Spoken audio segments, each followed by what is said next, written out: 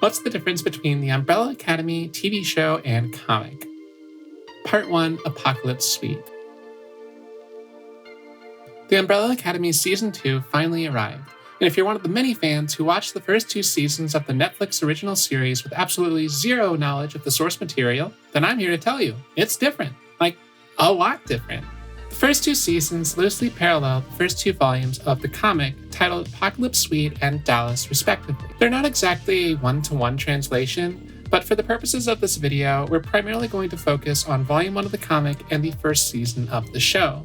That said, this video will still contain spoilers for both the TV show and comic in their entirety. So if you don't want to know, now is your chance to grab the nearest briefcase out of here and come back after you're all caught up. Okay, so let's start with the characters.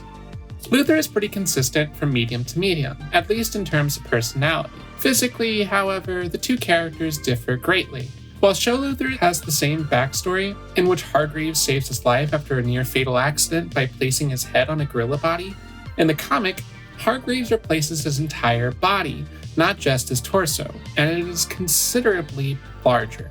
Meanwhile, Show Luther just sorta looks like he got super into bodybuilding on the moon.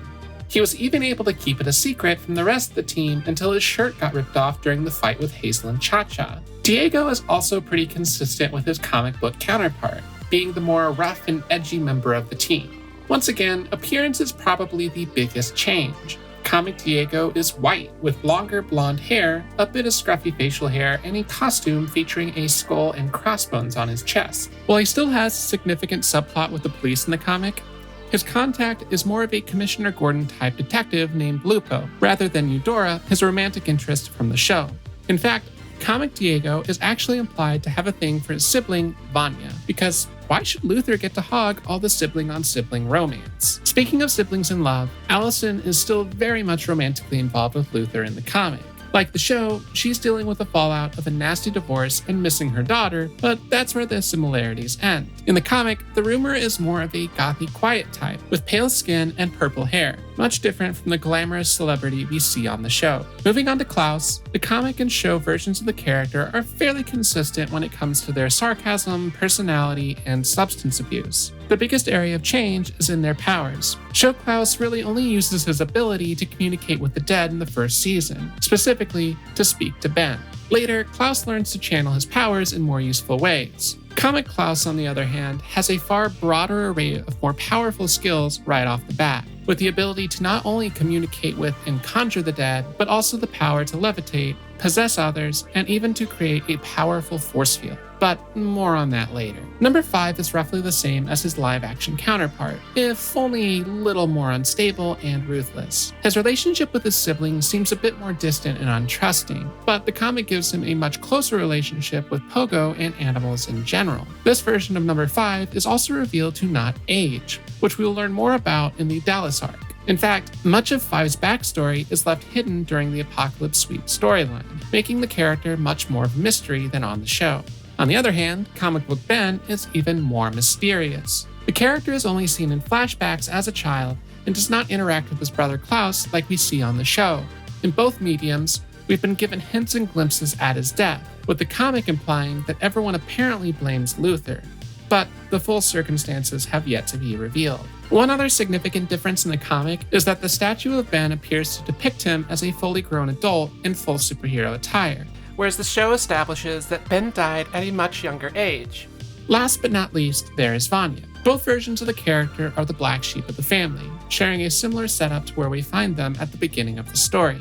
Visually, there are some slight differences between them. Comic Vanya sports a shorter haircut, and upon turning into the white violin, features a head-to-toe, all-white complexion with violin-like markings all along her body. The other major changes to her character relate to the differences in story, which we'll dive into now. Apocalypse Suite shares the same basic setup as the first season of the series, the team reuniting after the death of their father, and number 5 making a return to warn them of the impending end of the world. However, the way these events play out is where the stories differ greatly. The comic and series open with the same setup, explaining the origin of the 43 babies born on the same day at the same time and how Sir Reginald Hargreaves acquired them, While Hargreaves' status as a mask-wearing alien was a major revelation to viewers at the end of the second season, comic readers were well aware of this, as it is casually mentioned literally 2 pages into the first issue. From there, in the comic, we see the Umbrella Academy as children fighting crime, similar to the show, though in very different ways. In the show, the children help stop a bank robbery, facing off against some pretty standard-looking bad guys. Comic sees the team fighting against a rampaging Eiffel Tower, which is revealed to be a spaceship piloted by a mechanical supervillain. This exemplifies the biggest difference between the comic and series. While it embraces many of the more bizarre aspects of the comic, the show still attempts to ground the story in a mostly realistic world, making the Umbrella Academy an exception to the status quo rather than a natural part of an unnatural world. The comic establishes a world where superheroes and supervillains are commonplace. Hargreaves' advanced technology is everywhere, and pogo-like apes are a common part of society. This is showcased further when the siblings reunite for the funeral, which sets off an old villain's trap, causing a bunch of robots to terrorize a carnival. This coincides with Vanya, who has not rejoined her siblings yet, being lured in by a mysterious villain named the Conductor. Again, in lieu of a more fantastical approach, the show opts to sub in Harold to serve as a stand-in for the Conductor. However, their plans and methods differ slightly. In the show, Harold is given more of a backstory. He was also born on October 1st, 1989, but under normal circumstances and without superpowers. After getting out of prison for murdering his father as a child, he finds Hargreaves' journal and decides to use Vanya to seek revenge on the Umbrella Academy, against whom he has harbored resentment for years and years. Through manipulation and deceit, he is able to turn Vanya against her family and unlock her power, setting up the end of the world. The Conductor, on the other hand, is, well, he's a little more straightforward and with no real backstory. His plan is basically to invite Vanya to audition for his orchestra, which he straight up tells her is a murder doomsday cult. He's just sort of like, "You in?" To which Vanya is like, "Nah." But then she gets rejected by her family after going to help them with the whole carnival robots thing, which kind of changes her mind. After unlocking her power, Vanya promptly kills the villain before taking command of the orchestra herself and heading to the Umbrella Academy for revenge. With the rest of the team away from the Academy, Vanya settles for a little destruction and, like the show, kills Pogo before heading off for her concert.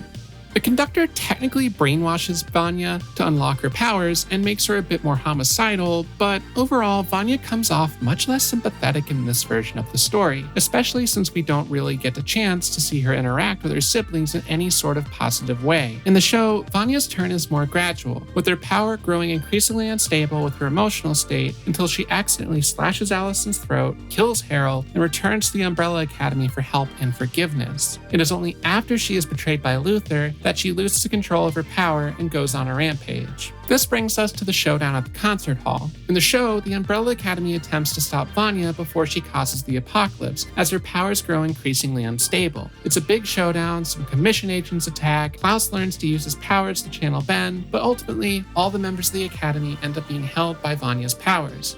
Except for Allison, who manages to sneak up behind Vanya and fires a gun by her ear, directing all her power up through the roof towards the sky, seemingly saving the day.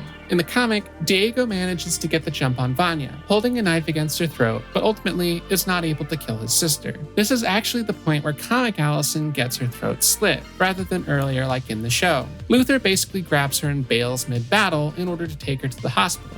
Klaus shows up with a bunch of dead musicians and pretends to be possessed by their father. Then, while Vanya is distracted, Number 5 is the one to sneak up behind her with a gun, but in this version, he straight up shoots her in the back of the head. Siblings, right? However, Vanya is still alive and seems to have snapped out of her brainwashed state.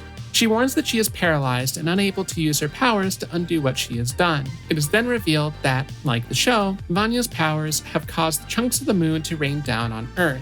Unlike the show where the team uses Five's power to transport them all back in time before its, Comics Klaus is able to stop the chunks of the moon from completely wiping out the Earth with a telekinetic shield he creates around them, saving the day. Kinda. While all-out doomsday is avoided, there is definitely some fallout from the events of Apocalypse Suite. Where the show's heroes seek a do-over by retreating back in time, the comic forces the Umbrella Academy to move forward with the half-victory and rebuild, both figuratively and literally. As the first volume wraps up, the team returns to the charred remains of the Academy, and we learn that both Allison and Vanya survived their injuries. though it is noted that Allison will never speak again and Vanya has temporarily lost her memory and motor function.